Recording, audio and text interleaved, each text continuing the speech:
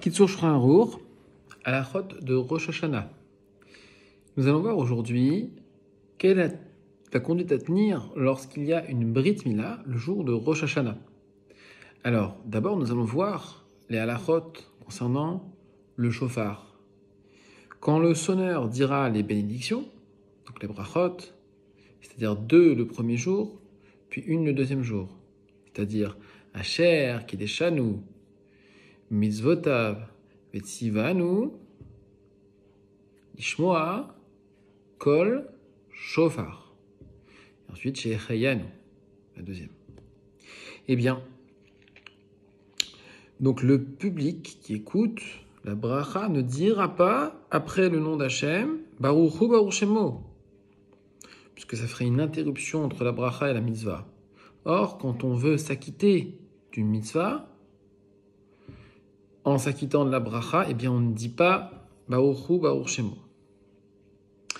Le public écoutera bien les bénédictions, répondra après chaque bracha. Amen, avec kavana. À partir de ce moment, il sera défendu de s'interrompre jusqu'à ce que toutes les sonneries de la chazara, donc de la répétition du moussaf, soient faites. Aussi, le shamash ne devra-t-il pas crier silence au moment de la prière, même s'il a l'habitude de le faire en d'autres circonstances. Vous voyez déjà le ton de Rosh Hashanah, c'est-à-dire qu'à partir du moment où le sonneur a dit la bracha, on ne peut pas s'interrompre, sinon c'est comme si on faisait une bracha et qu'ensuite on s'interrompait puis qu'on mangeait, par exemple si c'était chez Akol Niamidvaro. Ou alors c'est comme si on faisait une bracha Léaniar Tefilin et qu'ensuite on s'interrompt pour parler. Chas v'shalom, c'est pas possible. Donc dans ce cas-là, c'est interdit. Pourquoi ? Parce que la bracha n'acquitte plus la mitzvah.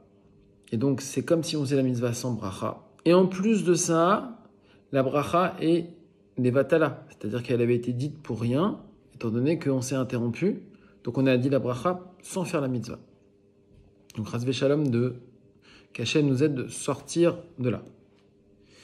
S'il y a une Brit Mila, on la fera après la lecture de la Haftara, avant la sonnerie du shofar. Donc ça, c'est donc un remèze, une allusion qui se fait dans le texte. Souviens-toi de l'alliance d'Abraham, du sacrifice d'Yitzhak. Le Shabbat, on pratiquera la Brit Mila après Ashrei. Si on doit faire la Brit Mila dans la maison de la couchée, de la maman, on la fixera après la sortie de la synagogue. Voilà la conduite à tenir. Le Yosef Da'at ajoute que si la maison n'est pas loin de la synagogue, de sorte que l'attente n'est pas trop longue et que l'assemblée n'est pas trop incommodée, il est préférable de faire la circoncision, donc la Brit Mila, avant de sonner le shofar, afin de bénéficier du mérite de la Brit Mila au moment de la sortie, de la sonnerie, du shofar.